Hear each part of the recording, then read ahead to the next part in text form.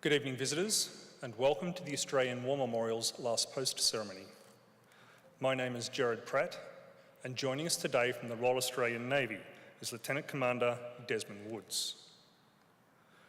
We warmly welcome the Force Design Authority delegation from the United Arab Emirates and the accompanying party. We welcome the veterans who have served, those that are still serving, and the families that love and support them. The live stream of this ceremony is made possible by the Returned and Services League of Australia and the RSL and Services Clubs Association. We welcome members who are watching the broadcast of this ceremony from across Australia. During this evening's ceremony, wreaths will be laid at the base of the Pool of Reflection by visitors to the memorial. If able, please stand and join in singing the National Anthem.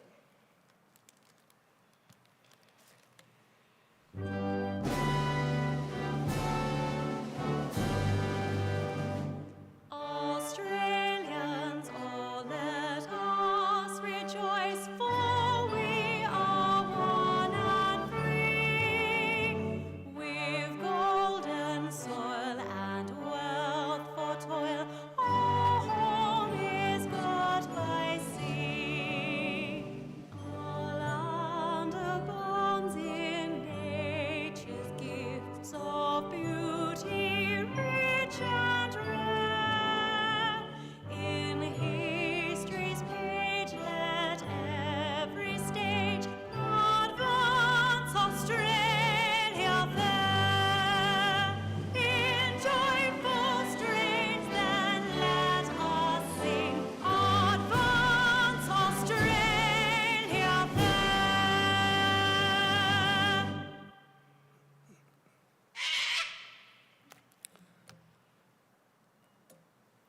The Australian War Memorial was the vision of Charles Bean, Australia's First World War official historian.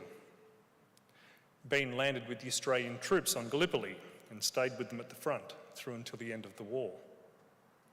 The idea of this national memorial and museum came to him at Pozières, France, in the depths of the bloody fighting of 1916. Bean's idea was that this would be a place where families and friends could mourn loved ones buried in faraway places. It would also be a place that could help all Australians understand what these men and women had endured and what they had done for us. Bean's vision, to which we remain true, is best expressed as inscribed in the entrance to the memorial's galleries. Here is their spirit, in the heart of the land they loved, and here we guard the record which they themselves made. Tonight, we will read the story behind just one of those on the Roll of Honour, which lists the names of more than 103,000 men and women who have given their lives for us in war and on operations for more than a century. But first, we present a lament, Flowers of the Forest. Wreaths or floral tributes will now be laid at the base of the Pool of Reflection.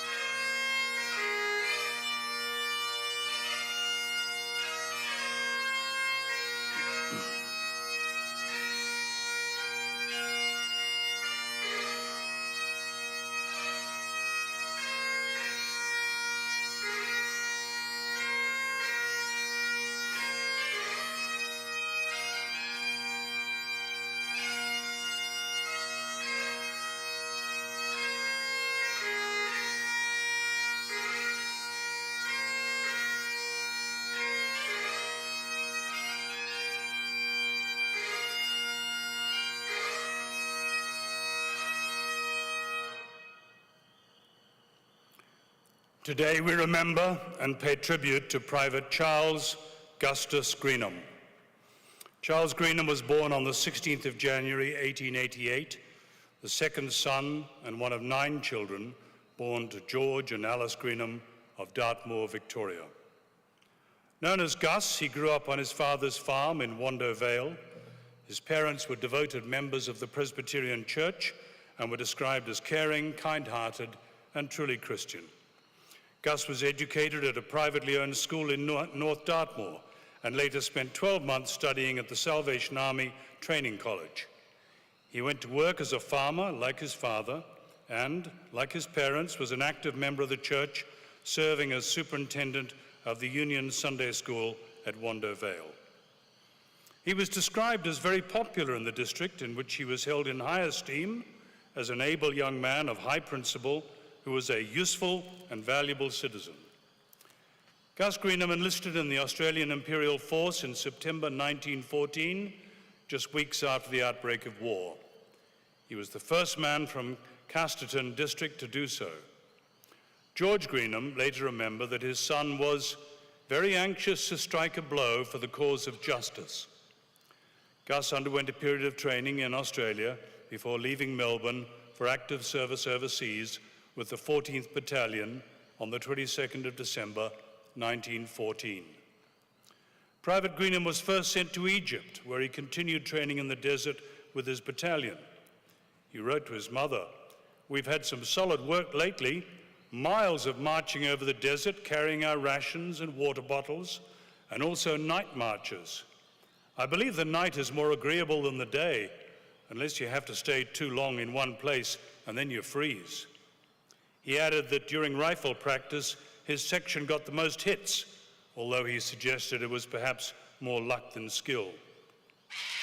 Greenham and his tent mates made friends with a young man from the East Lancashire Regiment named Eric Hyatt and included him in group photographs they sent home. A cheerful letter Greenham sent his mother described how, "When we were getting off the camels, I very nearly went head first. They drop down on their knees first, and if you're not ready, it takes you by surprise."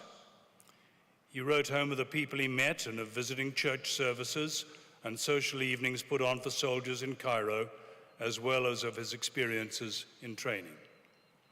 On the 31st of March 1915, Private Gus Greenham wrote a letter to his mother saying, "We are under embarkation orders and expect to go tomorrow. Long before you get this, you'll have heard of our doings in the papers, so anything I write would be old news." In the same envelope, he slipped a note to his brother Ed, which read, "We expect to strike the first blow in a few days. Goodness knows when the last will come. We've been told straight out what we have to face, and I believe the men will do well. Our letters must pass the censor again, so I won't put in much, nor could I. But our ship rides at anchor, and all things are ready. The hospitals around here are making big preparations. They're able to take 10,000 men." A short time later, the 14th Battalion left its training camp in Egypt and made for the island of Lemnos, where the men completed their training in preparation for the landing on Gallipoli. At 9:30 a.m. on the 25th of April 1915, the troop ship bearing the men of the 14th Battalion left Lemnos, arriving off Anzac Cove that evening. Shortly after they arrived, small boats bearing the wounded from the Dawn landing earlier that day began to pull alongside, and the troops had to move off the troop decks to make room for them. Men who are facing their own first experience as soldiers spent all night helping the wounded to come on board. Private Greenham was landed on the beach around midday on the 26th of April. He and his battalion bivouacked on the beach before advancing to the heights to help to defend the perimeter. At some point in the following days, Private Gus Greenham was shot in the abdomen. He was taken down to the beach and, like the wounded men he had helped aboard his troop ship just days before, put on the Galeka for transport to hospital in Egypt. Private Gus Greenham died on board the hospital ship before he could reach Egypt. As he was dying, he said, "Remember me to the boys. Tell them I did my best. We'll meet again someday. I hope. He was buried at sea and today is commemorated on the Australian Memorial at Lone Pine. Gus Greenham was 27 years old. His name is listed on the Roll of Honour on my right amongst almost 62,000 Australians who died while serving in the First World War. And his photograph, as you see, is displayed today by the Pool of Reflection. This is but one of many stories of service and sacrifice told here at the Australian War Memorial. We now remember Private Charles Gustus Greenham, who gave his life for us, for our freedoms, and in the hope of a better world.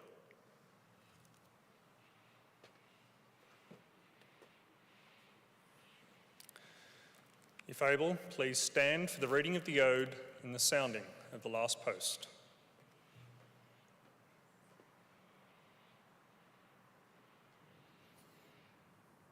They shall grow not old as we that are left grow old.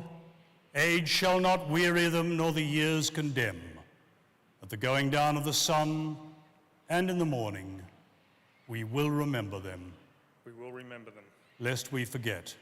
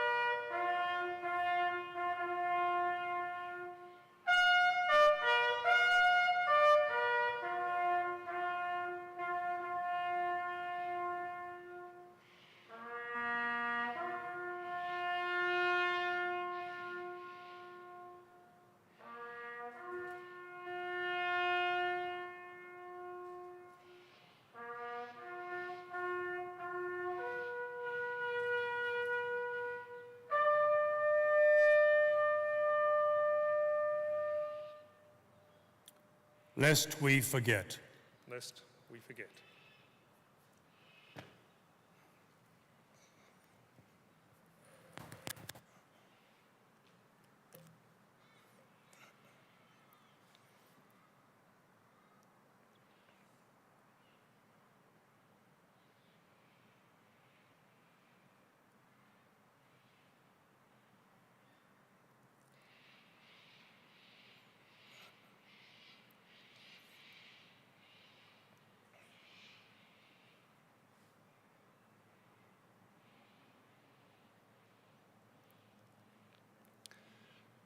We leave you this evening with the words of the memorial's founder, Charles Bean.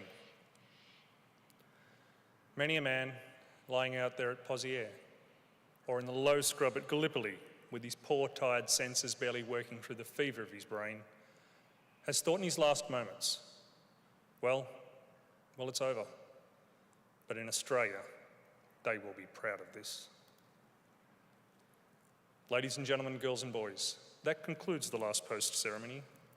On behalf of the director, staff and volunteers, thank you for visiting the Australian War Memorial today and for your continued support during the memorial's development project.